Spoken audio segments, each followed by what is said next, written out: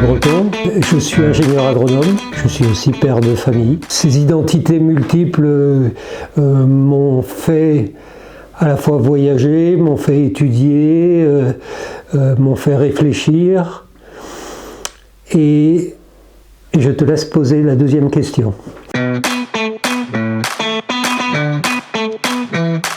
C'était une jeunesse très très curieuse. J'avais travaillé en Irlande et j'avais résidé en Irlande au temps où j'étais à ce moment-là insoumis à l'armée française. Un éditeur de Belfast que je connaissais m'a demandé d'écrire l'histoire de Bretagne en anglais. Ce que j'ai fait, c'est ce livre-ci d'ailleurs, donc l'histoire de Bretagne qui s'appelle The Sons of the Ermine, donc les enfants de l'Hermine.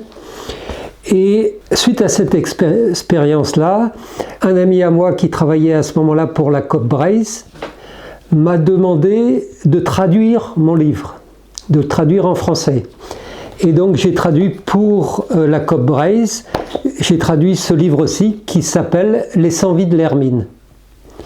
Donc c'était la traduction des fils de l'Hermine, Les 100 vies de l'Hermine, avec toujours cette idée-là d'essayer de faire passer l'histoire de Bretagne pour des personnes qui ne sont pas forcément familiarisées avec l'histoire de France. Et ensuite, quand Göran s'est établi comme éditeur indépendant, il est parti de la Coop Braze avec mon livre. C'est donc un livre qui a une origine qui est très particulière, qui sent un peu l'Irlande finalement. J'ai travaillé à partir des archives bretonnes, d'abord. Bon, il y a des grands auteurs bretons, des grands historiens bretons, en particulier les historiens du 19e siècle, qui ont vraiment travaillé, eux, sur les vieilles archives bretonnes. Donc il y a ça. Il y a évidemment les archives françaises, qui sont inévitables, puisqu'elles sont très faciles, disons, à se procurer. Maintenant, l'intérêt, c'est qu'on arrive à trouver énormément d'archives sur l'Internet. Donc on arrive à trouver que ce soit la Bibliothèque nationale de France qui nous permet finalement de piocher dans les archives, dans des vieilles archives. Ce que je fais aussi, comme je parle anglais et espagnol, je me suis intéressé à ce que l'on pouvait dire sur la Bretagne et la France dans d'autres pays et dans d'autres archives.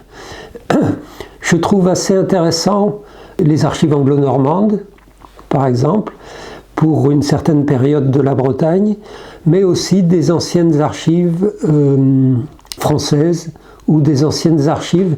Par exemple, je me suis intéressé sur la période qui concerne Anne de Bretagne aux archives des Albret, donc des seigneurs de Gascogne.